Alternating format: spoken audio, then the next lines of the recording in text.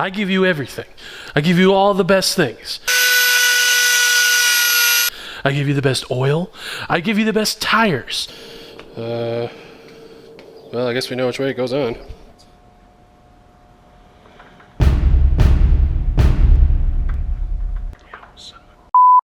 That did not work out very well.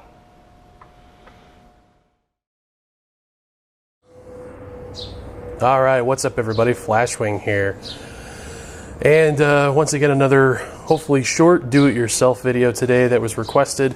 Let's get started. So today, how to change your oil. Again, this is going to be on a 2009 R1. So I've got a few tools for you guys today.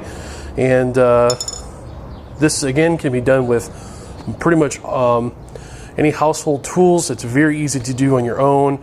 Some of the stuff that you see here is a little bit more, not specialized, but it's definitely not required. I do highly recommend having at least a rear stand. That makes this process significantly easier. Some of you have asked what this front stand is. This is actually a front tire chock from a company called Boxley. It was recommended by a friend of mine. It's a fantastic stand. It does retail for about $200, but it can actually be adapted for towing. So if you could actually get, I think there's another like $30 or $40 kit that you can use to put this in the back of a truck or on a trailer. Again, not required, but it certainly makes everything a lot easier. So tools you'll need for today, if I am wrong about any of these tools, I will be sure to update them in the description that I'll be putting up here. So tools today, you're going to need a 4mm Allen head. In this case, I've got my 4mm T-handle. You're going to need, I believe, a 17 mil for the drain plug. I recommend using something near like a kind of like a breaker bar or a little bit of a larger actual ratchet to get some leverage. Basically, the best suggestion, the way I was taught, was I use the bigger tools to take stuff off and the smaller tools to put things back on.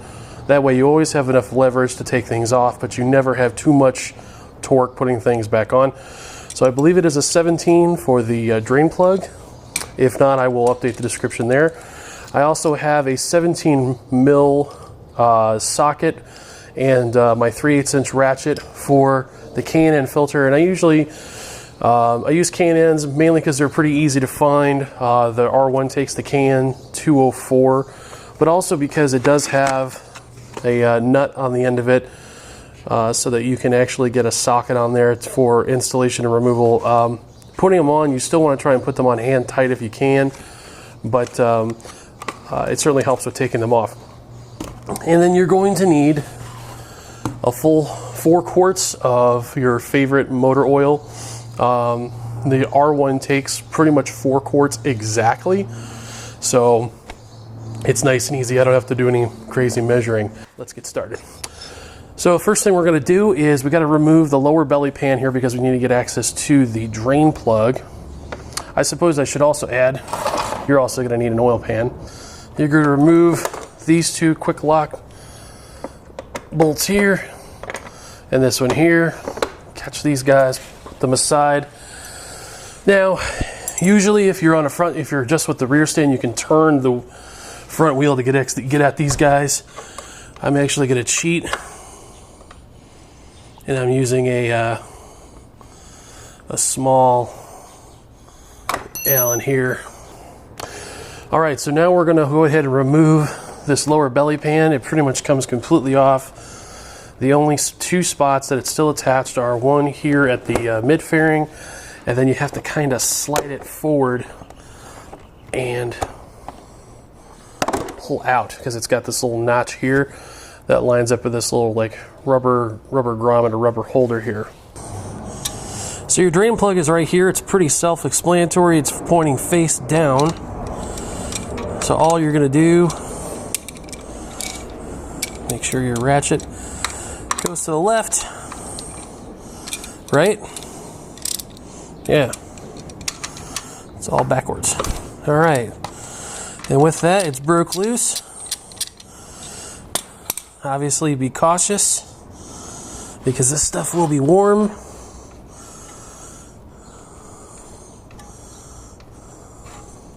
Oh. Ta-da. Look at that. That gooiness. Oh, come on. I always make a mess. Yeah. So while we're watching this gooey goodness come out of the motorcycle, something to keep in mind about change intervals. You can usually do, and I tend to stick through mostly a 3,000 mile change interval on this bike. I do ride it quite a lot. The only person or entity that can really tell you for sure how long you should go before changing your oil is a lab. Always be diligent and clean up your messes. All right, you'll also notice that I just pretty much dropped the drain plug right in the middle of this batch of oil. Handy thing to have is a magnet. That way I don't have to fiddle with it. I can fish the sucker right out. You'll also need a replacement washer as well for a replacement crush washer. I would not recommend reusing them if you can avoid it.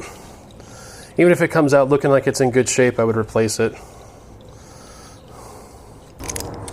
While we are waiting on that oil to finish fully draining, I want to loosen the oil filter and get that draining as well. Now I apologize because the filter is black.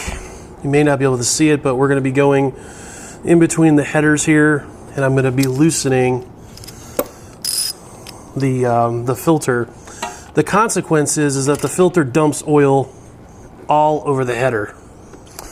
There it goes.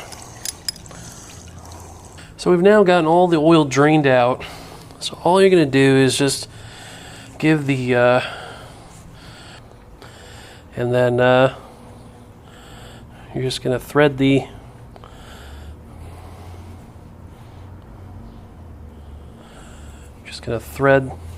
plug back in. Now again, what I mentioned before, I really prefer to use small tools to put things on. So instead of using the 1/2 inch ratchet, we're going to use the 3/8 inch. And I'm just going to give it, there we go. All right, so here we are on the right side of the bike. So again, number 4 T-handle. There we go. Set that aside. So to get the filter out, the filter is in here. This is the only way to get this thing out. So this is actually, this guy right here is actually your oil cooler. This is actually an oil line. So the easier way to do this is simply to rotate with your hand and take the filter out. Again, you're going to get oil everywhere. It's just the nature of the beast. You can kind of turn it. You have to kind of turn it sideways. Do your best not to make a mess. Now the header is cold at this point. The oil filter is actually a little warm. But you just got to turn it sideways and fish it out. It's not terribly difficult, but it is a pain in the arse. So once that's out, you want to wipe, kind of take a rag and get in here and just wipe down the filter mating surface. Just make sure it's clear of any debris, because you want that surface to be clean, and it's good to go. The new filter, they usually come with a covering. Now, one thing to remember, for any of you guys who have not changed your own oil before, this rubber gasket right here is very important. I don't know where the camera is quite at, but this rubber gasket is very important because this is what's going to keep the filter from actually sealing onto the engine permanently. This needs to be coated with a thin layer of oil. You don't, an ideal circumstance, if this filter was mounted vertically, we'd want to fill it with oil ahead of time to prevent any lapsing of lubrication. But usually the easiest way to do it is just to dip your finger in some of the spent oil. Doesn't have to be new oil. Don't get all freaked out. But you just lubricate that seal. That way it comes off when you go to change your oil. And then basically you just kind of put it back in, turn it sideways, line it up, So where we're at right now is the oil has been drained. We have the new filter on. Drain plug is back in. So we are ready to fill the bike up with oil. I would highly recommend a funnel for this job. So like I said, pretty much 4 quarts is all it's going to take, but we're going to be watching the sight glass when we get close to the end.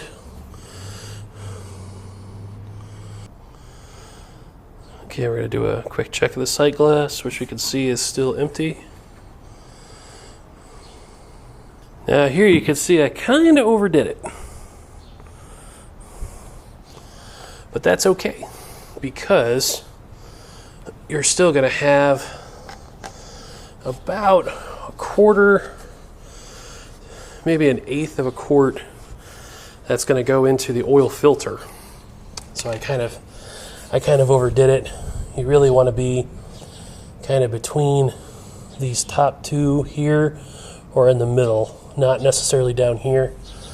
So we are going to keep we're going to keep the body panels off because I need to check for leaks. I'm going to empty this bad boy real quick.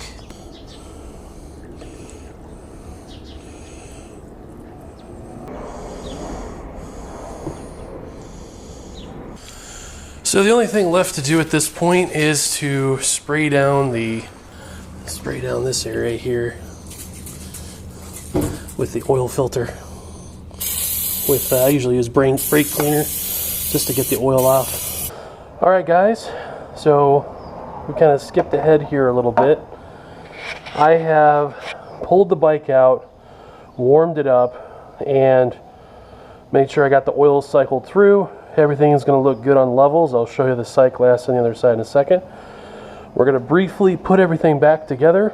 In addition to making sure that there's no leaks and everything with running the bike, I also make sure the header gets nice and warmed up, burns off any of that excess oil that's on there. That way you know for sure if you're out riding that if you get any oil smells or anything, it's probably not from the oil change. Here we are on the right side of the bike. As you can see on the sight glass, I'm exactly where I want to be, just above and below the 2 notches here in the middle and top. That's a good level to have. So let's just review where we're at. Belly pans are on, filter is in, oil is obviously in the motor. We've got the filler cap on. Everything is good, guys. The bike is ready to go at this point. Make sure you update your maintenance logs. And thanks for watching. So this has been Oil Change on the 2009 R1. Thanks a lot, guys. We'll see you next time.